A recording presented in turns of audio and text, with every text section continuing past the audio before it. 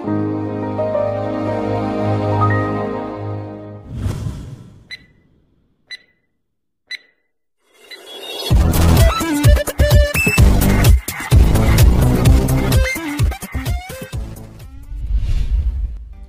saudara-saudara, salam jumpa kembali dalam kasih Tuhan kita Yesus Kristus.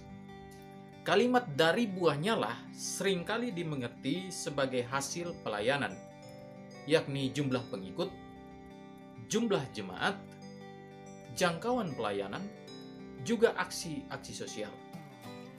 Kitab suci memang mencatat kalimat ini, tapi apakah maknanya sesuai dengan apa yang saya sudah katakan tadi? Ikuti penjelasannya dalam video ini sampai selesai. Jangan di-skip supaya saudara benar-benar memahaminya. Simak terus. Mari kita lihat ayatnya. Dari buahnya lah kamu akan mengenal mereka. Dapatkah orang memetik buah anggur dari semak duri atau buah ara dari rumput duri? Matius pasal 7 ayat yang ke-16. Jadi, dari buahnya lah kamu akan mengenal mereka. Matius 7 ayat yang ke-20. Nah, saudara-saudara, kata buah dalam ayat inilah yang dipahami oleh sebagian orang adalah pengikut atau jemaat atau perilaku sosial. Mengapa mereka ini bisa memiliki pemahaman demikian?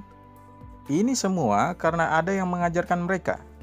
Salah satunya adalah pengkhotbah. Itulah sebabnya, saudara-saudara, persyaratan untuk menjadi seorang pengkhotbah adalah dia harus memahami bagian yang akan dikhotbahkan dengan baik melalui prinsip penafsiran yang benar. Dan prinsip penafsiran yang benar adalah tidak mencopot ayat dan menafsirkannya tanpa melihat konteks dari mana ayat itu diambil. Sekarang, mari kita lihat konteksnya, yakni ayat sebelum dari ayat yang bicara tentang buah ini. Perhatikan ayat sebelum dari ayat 16. Waspadalah terhadap nabi-nabi palsu yang datang kepadamu dengan menyamar seperti domba, tetapi sesungguhnya mereka adalah serigala yang buas. Matius 7 ayat yang ke-15. Mengapa disebut nabi? Nabi adalah penyambung lidah Allah. Apa yang disampaikan Allah itu juga yang dikatakan nabi. Isi dari berita yang disampaikan oleh nabi itu berupa teguran, ucapan berkat, hukum-hukum. Jadi apa yang disampaikan oleh nabi itu berupa ajarannya Allah. Jika nabi adalah orang yang mengajarkan ajaran Allah, maka nabi palsu adalah seorang yang menyampaikan atau mengajarkan sesuatu yang tidak bersumber dari Allah.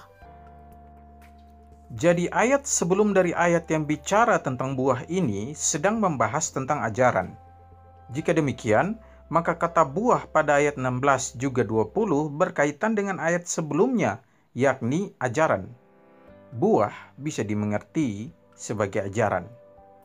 Sikap waspada terhadap nabi palsu adalah perhatikan buah atau ajarannya.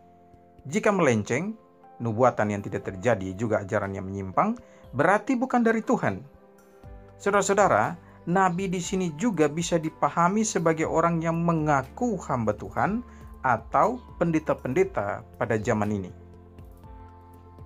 Jika mereka yang disebut sebagai hamba Tuhan atau pendeta berkhotbah atau menyampaikan ajarannya, maka kita perlu menyimak apakah apa yang mereka sampaikan adalah kebenaran atau tidak. Sikap paling berbahaya adalah menganggap semua khotbah pasti adalah kebenaran. Jika Anda memiliki sikap ini, maka Anda termasuk orang yang sangat mudah untuk disesatkan. Lalu bagaimana agar kita tidak disesatkan? Rutin baca Alkitab. Jika ada bagian yang saudara tidak pahami, silakan tulis di kolom komentar.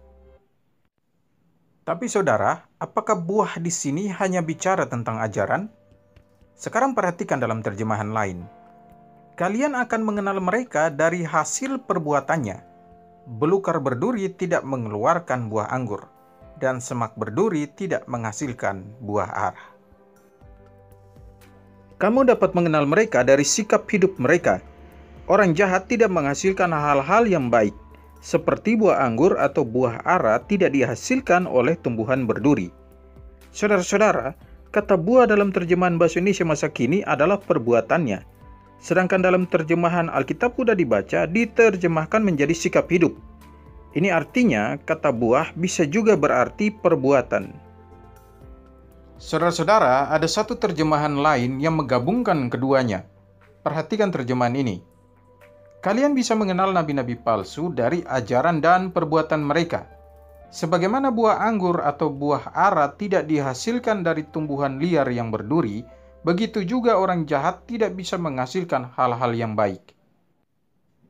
Jadi menurut terjemahan ini, nabi palsu dapat dilihat dari ajaran dan perbuatannya. Jika ajarannya benar, mestinya diikuti oleh perbuatan yang benar. Tapi saudara, perbuatan tidak selalu menentukan ajaran itu benar atau salah. Mengapa demikian? Saya beri contoh. Seorang pencuri mengajarkan anaknya untuk tidak mencuri. Dalam hal ini, ajarannya benar tapi perilakunya salah. Tapi apakah karena mencuri maka ajaran agar tidak mencuri menjadi salah? Tidak. Inilah yang saya maksudkan, perilaku tidak bisa menjadi tolok ukur ajarannya benar atau tidak. Demikian juga jika ada yang berperilaku baik tapi mengajarkan Yesus mati 2 kali misalnya, maka ajarannya salah meskipun perilakunya benar. Nah, jika sudah demikian, maka menilai ini nabi palsu atau bukan harus melalui ajarannya. Setelah itu baru perbuatannya. Tapi perbuatan tidak harus jadi tolok ukur. Jadi saudara-saudara, kita tidak boleh menilai seorang itu adalah hamba Tuhan atau bukan dari buahnya yang dimengerti sebagai jangkauan pelayanan, dari jumlah jemaatnya, dari aksi-aksi sosialnya. Karena hal-hal ini bukan tolok ukur yang selalu tepat. Hanya ajaran yang bisa dipakai untuk menentukan seorang itu hamba Tuhan atau bukan. Kesimpulannya adalah, secara konteks kalimat dari buahnya lah tidak merujuk pada jumlah pengikut, jumlah jemaat, atau jangkauan pelayanan dari seseorang, tapi kepada ajaran dan perbuatannya. Demikianlah penjelasan saya. Tetap jaga kesehatan, tetap berdoa, mari tetap dukung pemerintah kita untuk mengatasi virus corona ini. Tuhan memberkati kita semua. Sampai jumpa di lain kesempatan. Shalom.